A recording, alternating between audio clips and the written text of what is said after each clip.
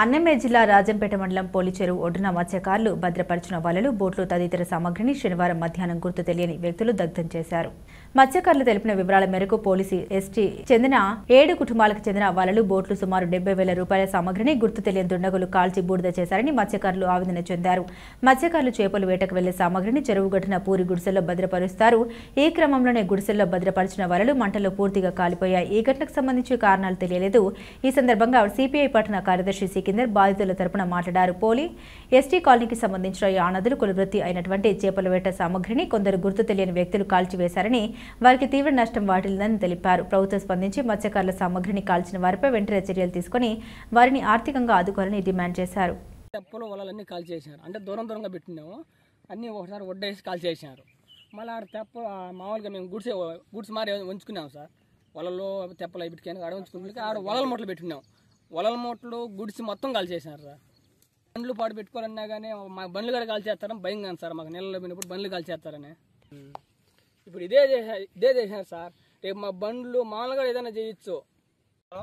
నా పేరు సికిందర్, రాజంపేట పట్టణ కార్యదర్శి, సిపిఐ భారత కమ్యూనిస్ట్ పార్టీ సిపిఐ పట్టణ కార్యదర్శిని.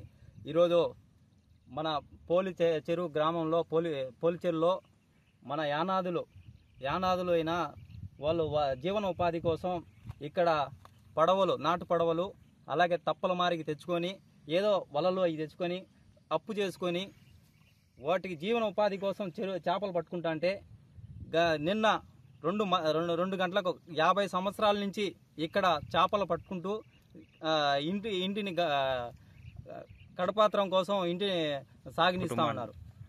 కానీ కొందరు దుండగులు వీళ్ళ మీద కక్ష సాధింపుల కోసం, యానాదులపై కక్ష సాధింపులు అయింది, వాళ్ళపై కడుపు మంట పెట్టుకొని ఇక్కడున్న తప్పలను కాల్చివేసి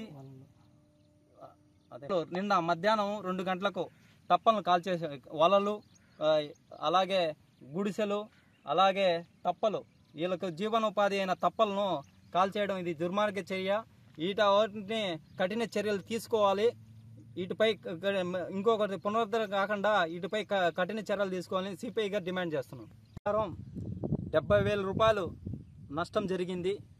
వీళ్ళను ప్రభుత్వం ఆదుకోవాలని మేము సిపిఐగా డిమాండ్ చేస్తున్నాం. వీళ్ళకు భయాందోళనగా గురి అవుతున్నారు. ఈరోజు వలలు, తప్పలు కాల్చేయడం దానివల్ల మాకు భయాందోళనకు గురవుతుంది. ఎందుకంటే రేపు మేము చేపల వేటకు వెళ్తాము, మా బండ్లు కూడా కాల్చేస్తారు, మమ్మల్ని కూడా కొడతారేమని భయాందోళనకు గురవుతున్నారు.